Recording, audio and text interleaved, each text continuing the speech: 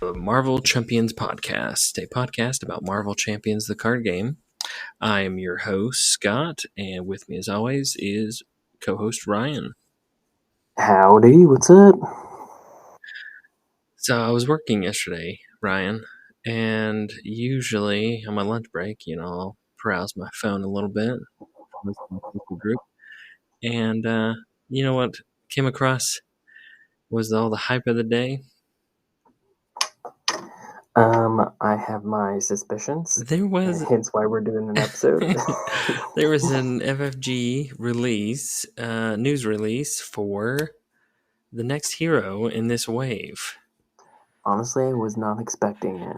I was not expecting it. I was thinking we were at least another couple months before we'd get another one. So it's pretty good. Yeah, and drum roll, who is it?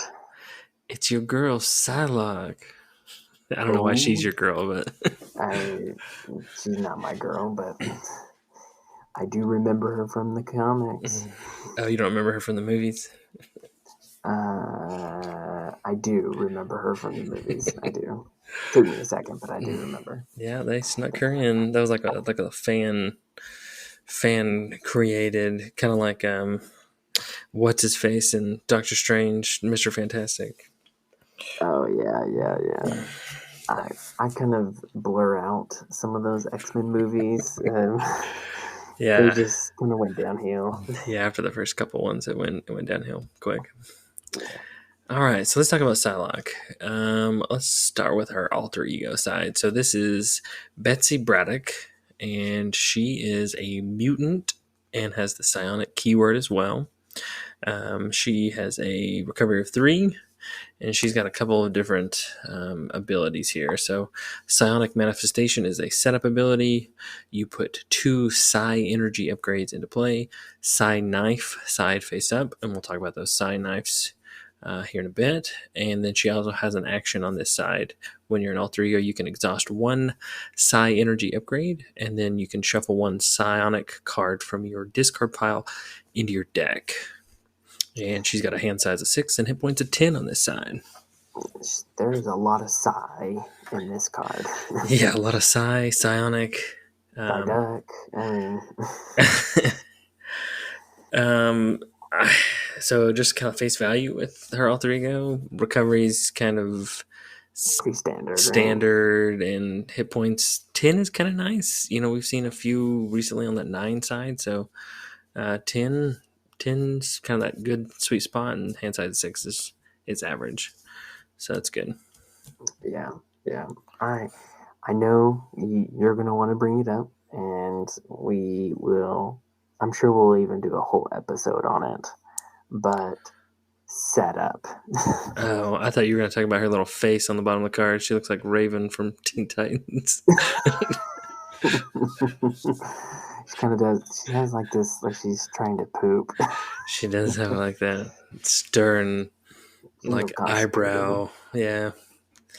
All right. Sorry. Back to setup. So setup. That's the always the hot button topic on.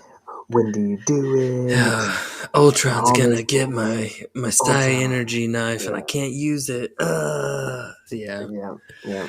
So, as we will, I'm sure, talk about one day, if they just printed it like they do other cards, where it just says setup. Yeah, and I know they can't do it now, but if they just errata and make the setup, earlier on in the steps of the player setup, right?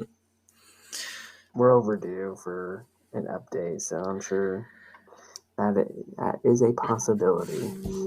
But that's how.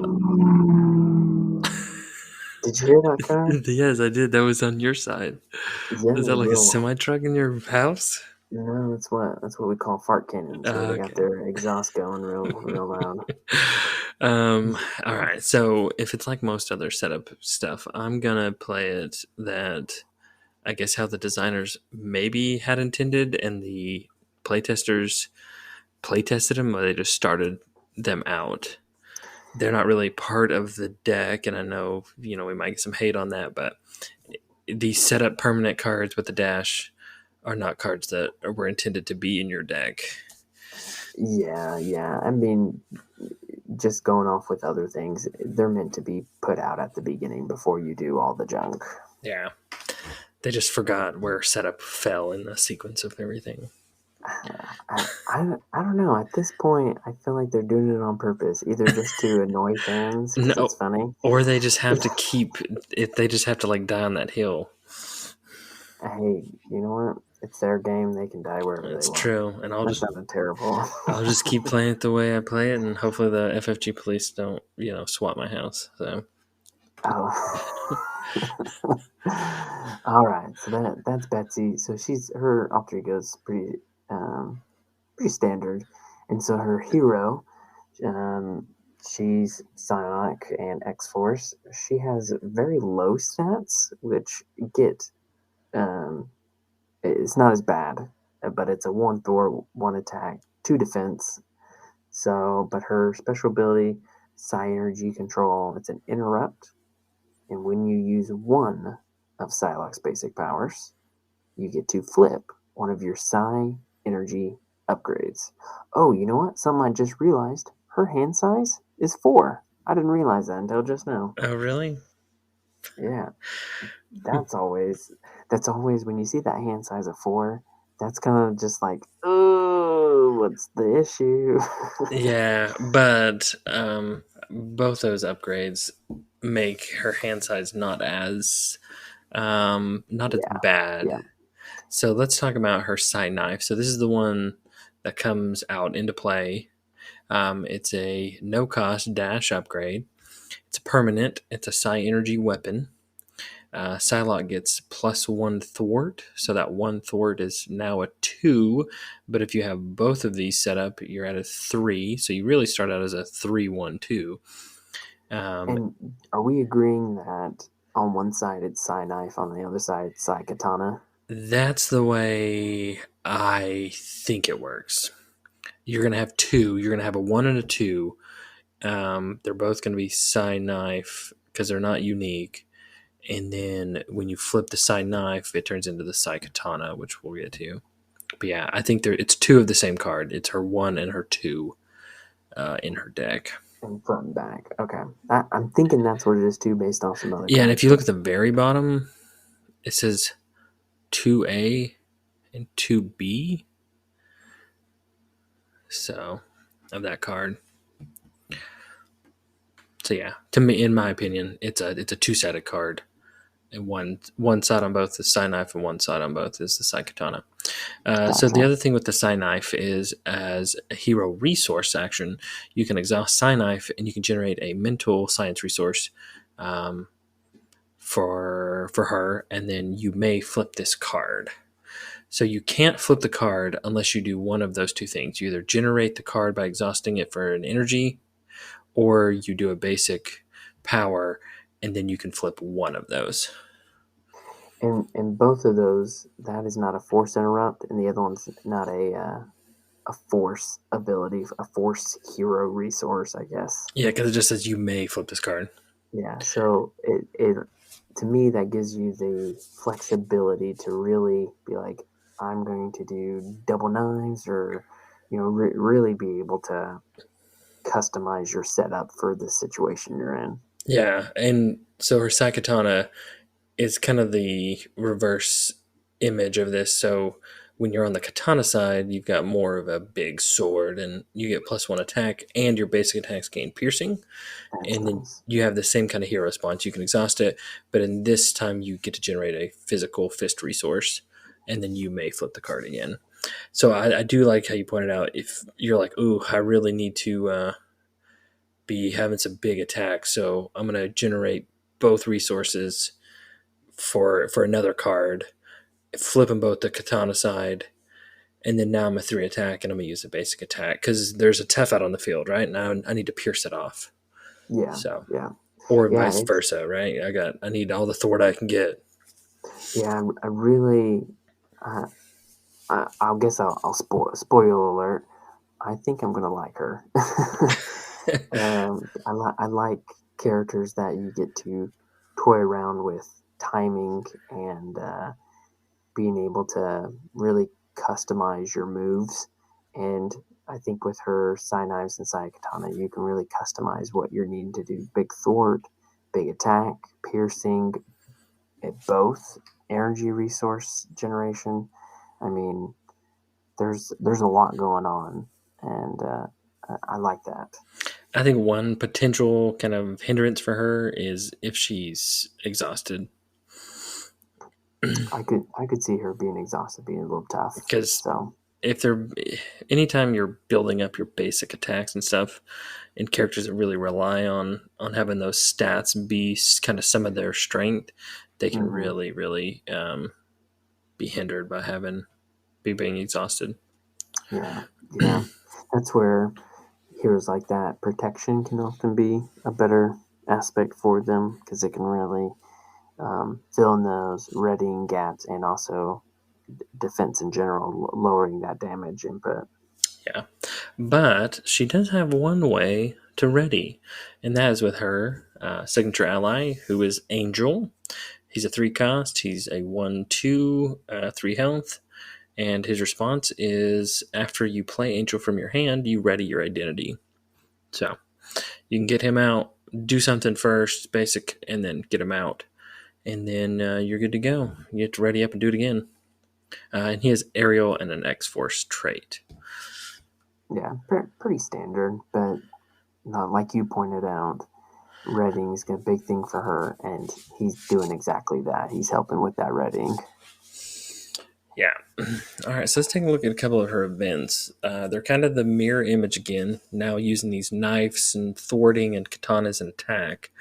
Um, you kind of get benefits from having um, each of those upgrades on one of their sides and Hmm. not the other. One random thing that I didn't point out, her Psychotana side is restricted. So if you've got Oh yes, both of them out and you don't have another way to have like a side holster or something to give you one more restricted, you are kind of limited on some of your cards you can have out there. yeah, you'll be losing those other restricted ones instantly since these are permanent. So, Yeah, it's true. all right, yeah. So some of the events, we'll kind of just go through these real quick. So Fury of Blades, this is going to be her big attack one, 3 cost. You do 2 damage, and if you have the Psy Knives, you can choose an enemy and confuse it. If you have the Psy Katana, or for how many you control, I should say. So for each Psy Knife you control, you can choose an enemy and confuse. So you can do some big confusing.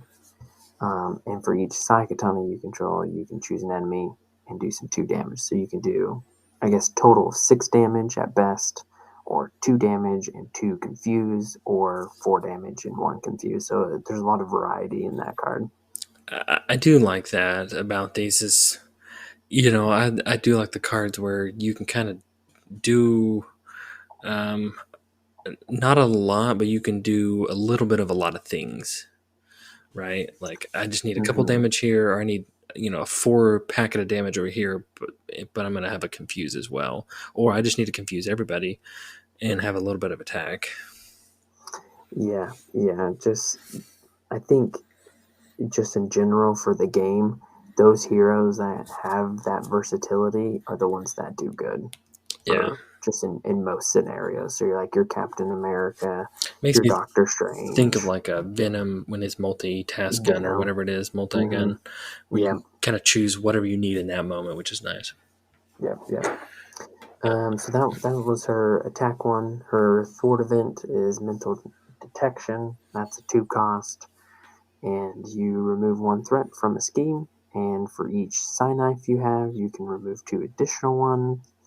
Um, and for each Psy Katana you control, you get to draw some cards. So that's nice. Yeah, I mean, to me in that card, 2 for 6 seems like your best value. But if you just have like a little side scheme, you just need to take 3 off of, and then you get an additional card draw. And then if you got like a skilled investigator, get another card draw. That wouldn't be too bad. Yeah, yeah, yeah. And as you kind of mentioned, a spoiler, this is a justice hero. Or coming with some justice cards, which we'll talk about later. Yeah, but that one, I think's a little weaker than the attack one. Yeah, I mentioned when we talked about Fury of Blaze that that's her big attack, but it really isn't that Big. big of an attack, and it looks like a lot of these aren't very big. She's not doing those big um, one card 8 damage type hero. It looks like she's going to be very piece by piece, Yeah, a little bit, almost like a Black that's what I was thinking. Widow. Black Widow. She's not doing a lot, but she can she can do a lot over time, but it's not going to be all at once. Yeah. She's not going to do that one turn big unless she has like the right combo set up. Um, Combo, combo. combo. So, but I like those. I like being able to, the board state's a mess. She can come in and help clear it up for those big attacks for, say, another player. Right. She seems like she's going to be decent in solo play because she can do a lot. Because Hmm. you can play around, but I think she'll be a good multiplayer too because she can kind of spread everything around, and that'll be Yep. good. Yep. All right. Well, let's just keep going. Yeah, Next let's one go right is into her. defense. Yep. Sonic Redirect. That's her. This is going to be her defense event. 2 costs. When you would take any amount of damage from an enemy attack, prevent 2 of that damage. And then again, for each side katana you control, prevent 2 additional. For every side knife you control. So she has a lot of confusing, Yeah, which I'm stunned's good, but I'm a big fan of confusing. yeah, and it kind of plays thematically with her. She is a telepath and has some of that psionic mutant powers, Yeah. so it would make sense that she's confusing people. Yeah, I'm guessing there's probably going to be at least 2 to 3 of each of these cards. It looks like there's going to be 3 of each. 3 events. Yeah, because not to go too much time, but you've got your number 1, which is, and number 2 cards of her deck are her knife and katana. Number 3 is Angel. Number 4 is her attack event. And then the next one's her thwart event, which is at 7. So 3, 3, and then Psionic's at number 10 on her list. So I'm thinking there's 3 of each copy. Yeah, and then we're about to get into two of our upgrades, our 16 and 17, which leaves like 14, 15. And I would think you would have at least one alter ego type of support Yeah. in Yep. there. I agree. I don't know what she does for her day job. If she's like an insurance salesman or something. It's like her. She looks like she's partying for that Oh, card. she could be. She could be. Maybe it's like Psylocke's rave or something, like bar and rave. His Psylocke's glow sticks. Right. All right, so let's go into a couple of her upgrades that are going to help you, and they're kind of interesting. I do kind of like what they're doing here. So our first one is her psionic training. It's a 1 cost upgrade. It's a skill. So when you got this out, Psylocke will ignore the guard and patrol keywords. And then there's a hero response that after Psylocke thwarts, you can discard psionic training and you can confuse an enemy. So if you're real desperate and need to flip down or something, you kind of are sitting on that instant confuse sitting in your back pocket, Hmm. which is kind of nice.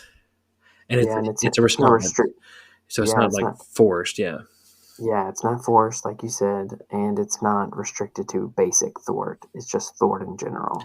yeah, that's good to pick up on. So you could play one of her events, or you can make her do it. It's nice. Yep. Yep. All right, and then the second one is her weapons training. That's a 2 cost upgrade.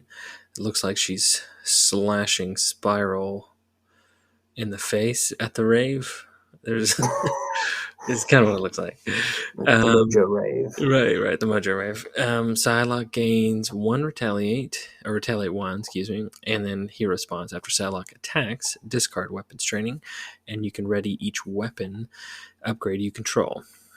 So that's kind of big because those weapon upgrades are your resource generators. So Hmm. if you Yeah, really man, need that could some be some. extra resources, That's setting up for some big turns for sure. yeah.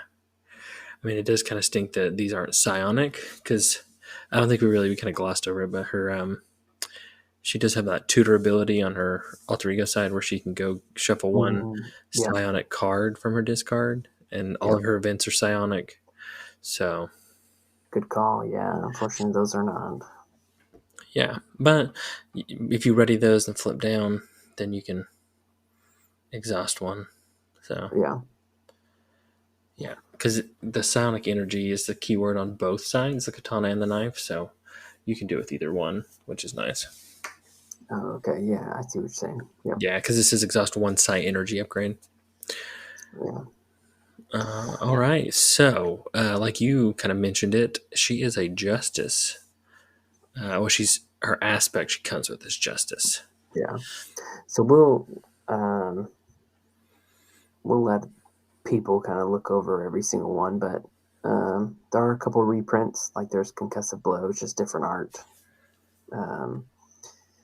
Um, but there's at least two allies. Captain Britain's making his appearance, and he's kind of interesting. He basically can take one less consequential damage after he thwarts a side scheme or attacks a minion. So makes him a little stronger, but he's at 4 cost for 3 thwart, 3 attack for 2 consequential damage, 3 health.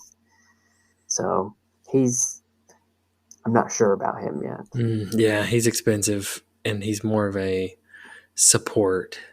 With the minion and the side scheme, he's not your main villain or main scheme person. Hmm. The Yeah, benefit's not there. yeah. The cost is a little high for me. When it comes to 4 cost allies, I'm always pretty weary, but I do like 2 cost allies, and that's this next one, Cipher. And he's a 1 thwart, 1 attack, 1 consequential damage for each, 2 health, so on and so forth. His ability, though, says after Cypher attacks and damages a confused enemy, draw 1 card. So I think that one, his ability is a little rough, except for with Psylocke, who does a lot of confusing. I would agree. In some of these justice cards we're about to get into, I think they really paired that confuse status Yeah, um, really well with her and how easily she can do it. yeah, I won't read this next one because I know that one's, I think, one of your favorites from here, but I'll jump to a 2 cost justice upgrade that's Float Like a Butterfly. It says play under any player's control, max 1 per player. Interrupt. When a character you control attacks a confused enemy, increase the amount of damage that attack deals to that enemy by 1. that could That be one's, pretty good. yeah, it's pretty good. One thing I do like about it is that it's just an interrupt. You're not having to exhaust to do it, so Yes, I you agree. could do it multiple times. You have Um, a lot of people be doing that too. yeah, that's pretty good, and you Yeah, can give it to other people, which I like. yeah, I think the that archetype of that confuse, because they have some other cards that if you like attack if they're confused and stuff, it does extra damage and stuff. I think this this hero is going to bring in some cards that will make that archetype more feasible. That confuse type hero where you just keep a confused status card on a villain or something like that. Yeah, yeah, because I mean that's a strategy there. Confuse them and then just stay in hero mode, and Yeah, then you're benefiting from the confuse where normally you wouldn't benefit from a confuse if you're in hero form. I mean, yeah, maybe just yeah, a rogue advance out there. yeah. So let's go to my favorite card because number one, I think the title is pretty great. It's a 1 cost event called Upside the Head, and someone's getting kicked upside the head. So it's a hero response. After your hero makes a basic attack and damages an enemy, confuse that enemy. If that enemy is already confused, stun it instead. I love this card because the the ability to confuse an enemy easily is something I love. So like the Guardians, Think Fast. I love that card, and I think this is similar in that vein. It's cheap, and you can do it and get that confused and then flip. Um, I'm a huge fan of it, and the ability for it to be a stun if you've already confused them. I could see this card being great with like Miss Marvel, being able to use upside the head, attack, use upside the head, somehow ready, pull it back, and then stun them. It'll take some prep work, but that's the thing that potentially this could do. Yeah, I do like that. I remember like playing Hawkeye. Like, I didn't like to shoot the extra arrows because I felt like the more benefit was the status card than doing the additional damage, in my opinion. Hmm. So I was always weary of shooting like 2 electric arrows or 2 sonic arrows. But something like this, you can shoot one and then turn around and attack or something and get an extra benefit, which would be nice. All right. She does have a couple basic cards. The Power of the Mind. It's got Professor Xavier on the card art, and it says double the number of resources this card generates while paying for a psionic card. So that pairs really well with Psylocke. A lot of her events are, Hmm. which is kind of nice because it's not just a basic card; it can be any psionic card, which is nice. Yeah, I think it's a very niche card. It's Yes, not going to be for. It's very few heroes, it's not mainly like for two. every deck. Yeah, I mean, off the top of my head, I'm thinking like Psylocke and Phoenix is probably about it right now. I think that's it. Yeah. So So another basic card she comes with is a 1 cost upgrade, Telepathy. It's psionic and a superpower. Play only if your identity has psionic trait, and there's max 1 per player. Hero action Thwart. Exhaust Telepathy and spend 2 mental resources. Remove 2 threats from a scheme. I like the idea of this card. I don't know if I like the execution of the card. That's exactly what I was going to say. Yeah, 2 for 2. That's not great.